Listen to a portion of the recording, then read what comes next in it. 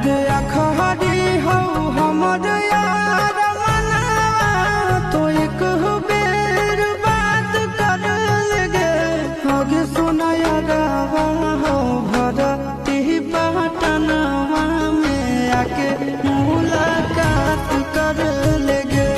आगे सुनाया गावा हो भरती पटनवा में आके मुलाकात कर लगे